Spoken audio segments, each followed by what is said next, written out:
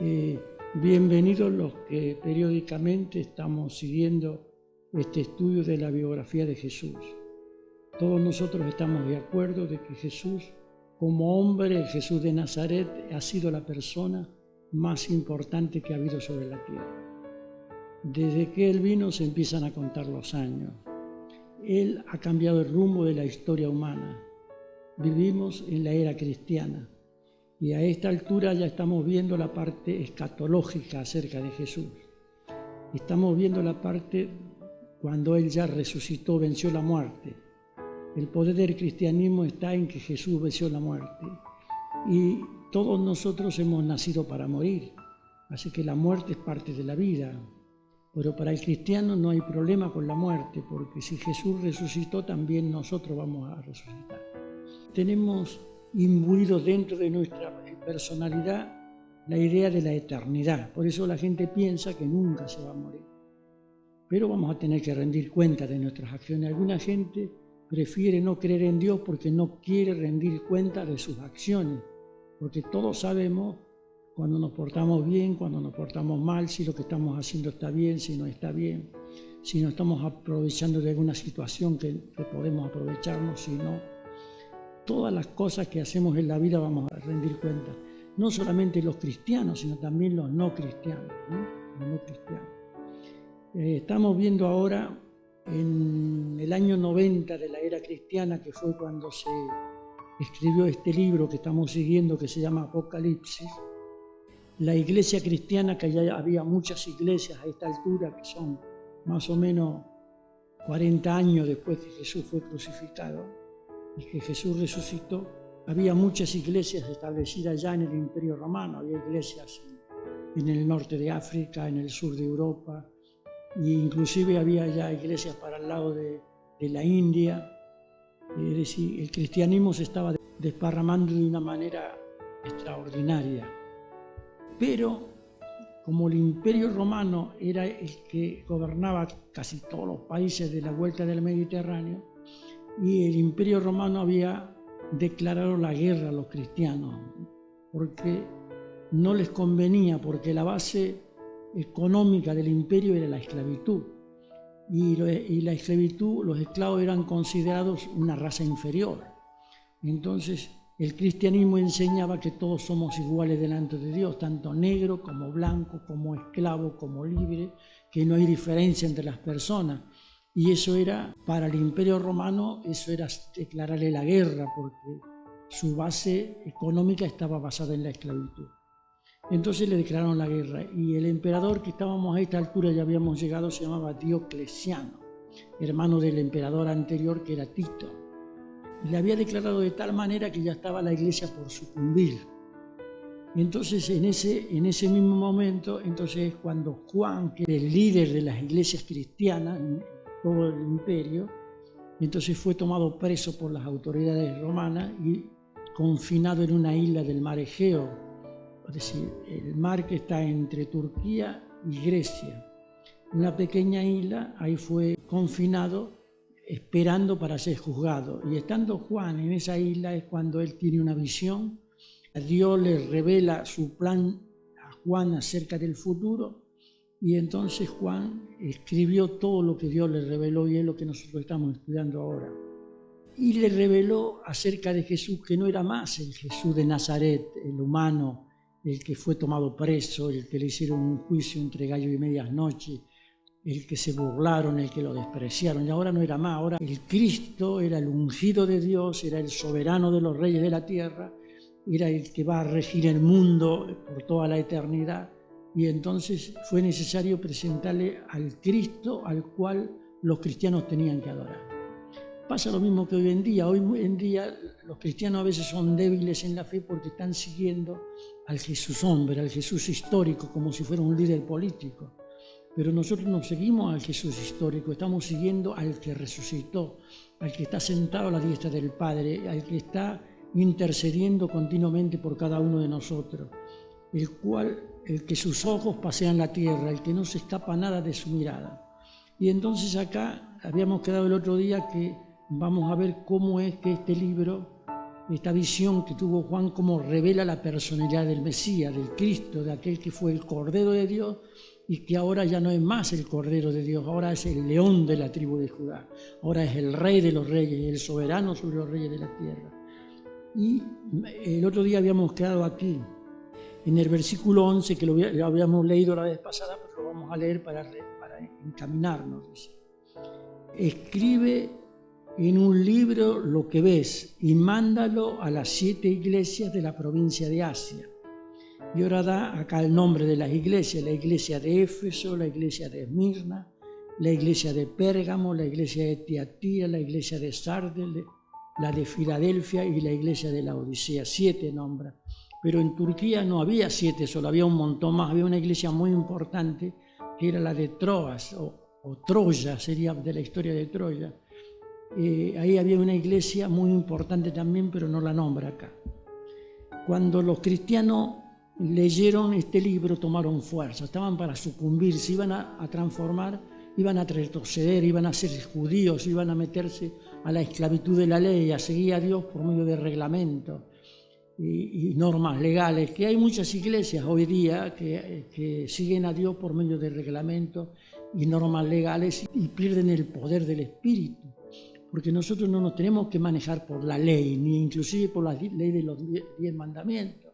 Nos tenemos que manejar por el Espíritu. El Espíritu revela a cada uno lo que tiene que hacer, si a Dios le agrada, si no le agrada, si está en infracción, si no está en infracción.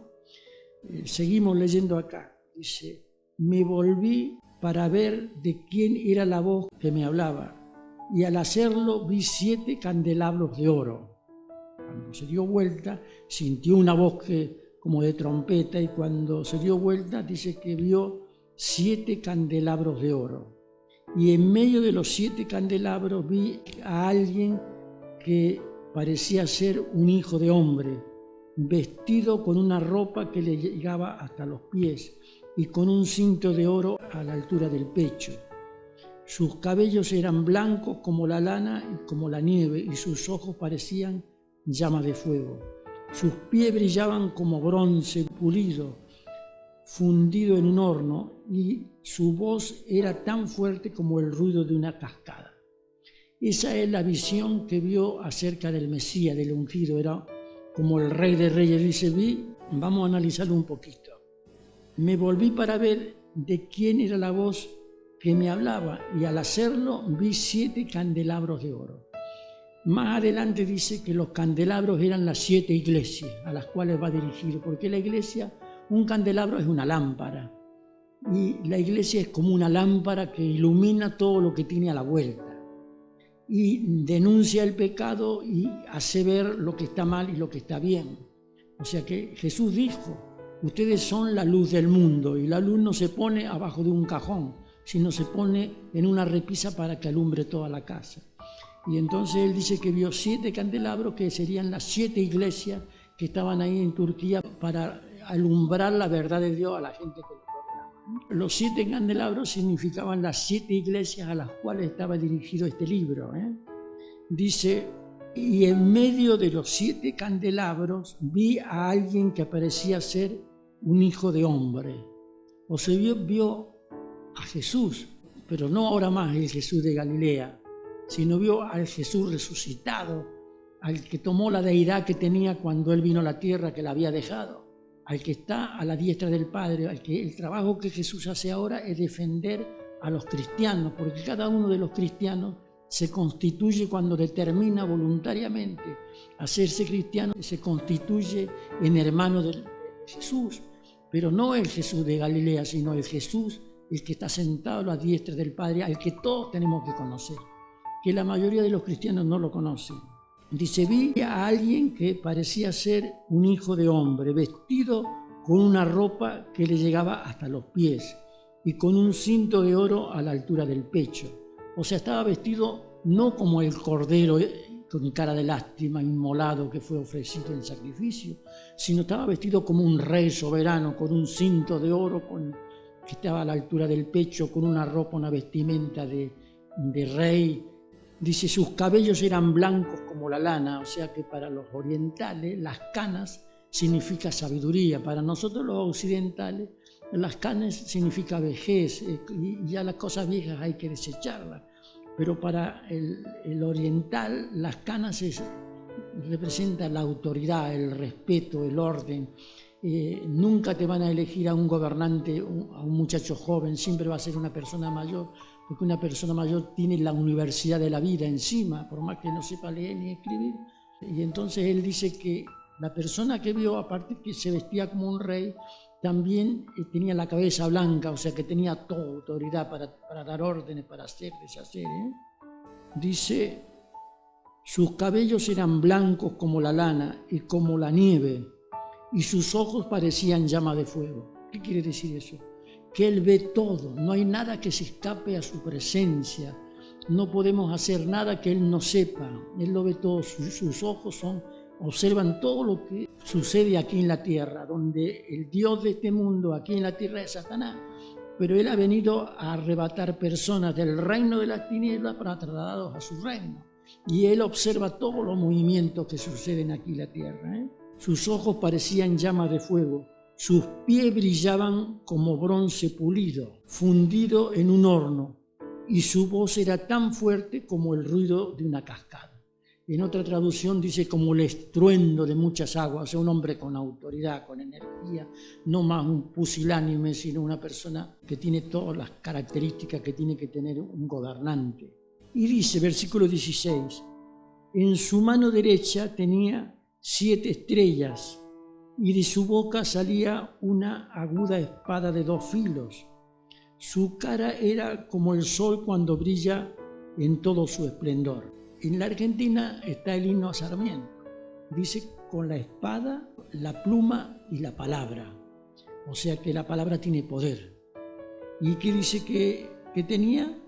Dice, y de su boca salía una aguda espada de 2 filos. O sea que tenía la conversación de él es penetrante, él enseguida capta la onda, lo que tiene que hacer y dice lo justo, no es una persona ambigua que dice una cosa y hace otra y está ahí tanteando a ver, sino que ahora es una persona que tiene toda la autoridad, no solamente en el cielo, sino también aquí en la tierra. Su cara era como el sol cuando brilla en todo su esplendor. O sea, es Dios con nosotros.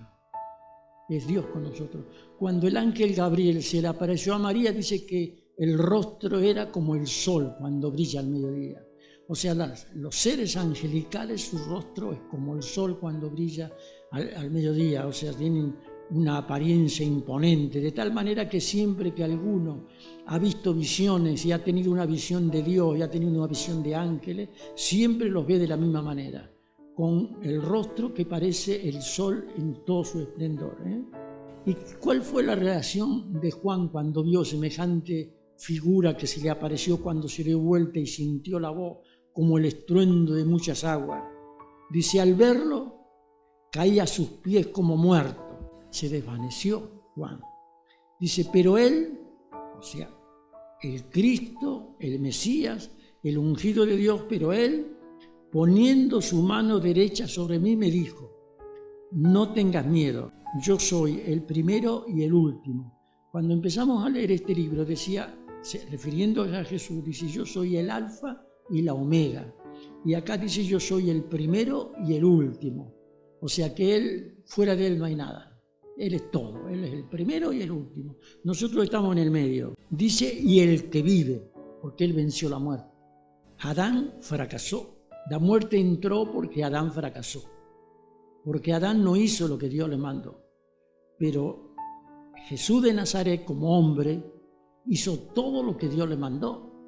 Y fue un hombre tentado en todas las cosas, pero sin pecado.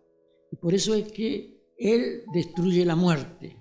El apóstol Pablo decía, ¿dónde está, oh sepulcro, tu victoria? ¿Dónde está, oh muerte, su aguijón?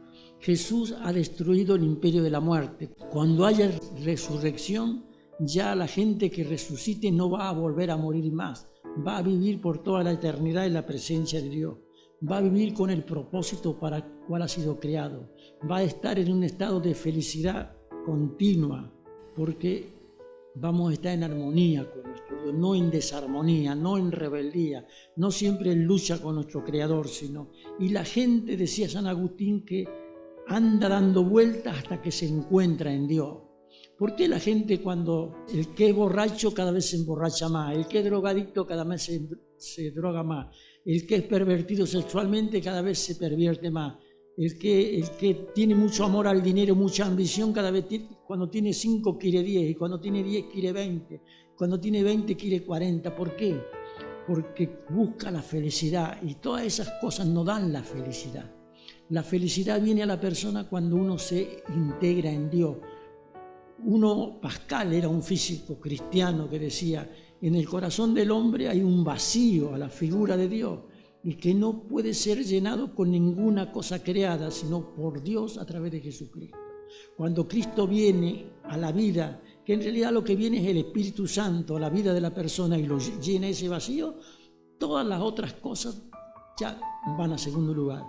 Si la persona era mujeriega o le gustaban los hombres o las mujeres, deja de serlo, ya empieza a vivir una vida normal. Si le gustaba mucho la ambición del dinero, igual sigue trabajando, igual todas las cosas, pero ya no es el dinero en primer lugar, ya la ambición, porque ya encontró la felicidad. Si la persona era drogadicto, ya deja de serlo porque ya no busca sensaciones de la droga para poder ser feliz y olvidarse de los problemas. Si era borracho, deja el vino porque ya no lo necesita para poder vivir una vida en armonía consigo mismo y con Dios. Y ahora acá explica un poquito acerca de la visión. Y el que vive, estuve muerto, pero ahora vivo para siempre. Yo tengo las llaves del reino de la muerte. Escribe lo que has visto, lo que ahora hay y lo que va a haber después. Y entonces acá nos aclara cuál es el secreto que yo ya lo dije, pero lo vamos a leer para que ustedes vean. Este es el secreto de las 7 estrellas que has visto en mi mano derecha y de los 7 candelabros de oro. Las 7 estrellas representan a los ángeles de las 7 iglesias. Teóricamente serían a los pastores, a los obispos de las 7 iglesias, las 7 estrellas. Y los 7 candeleros representan a las 7 iglesias a las cuales va dirigida esta visión que está viendo y que todos los que la leen tienen que ponerla en práctica y son felices al máximo si la ponen en práctica. Bueno, espero que Dios los bendiga y seguimos la próxima semana.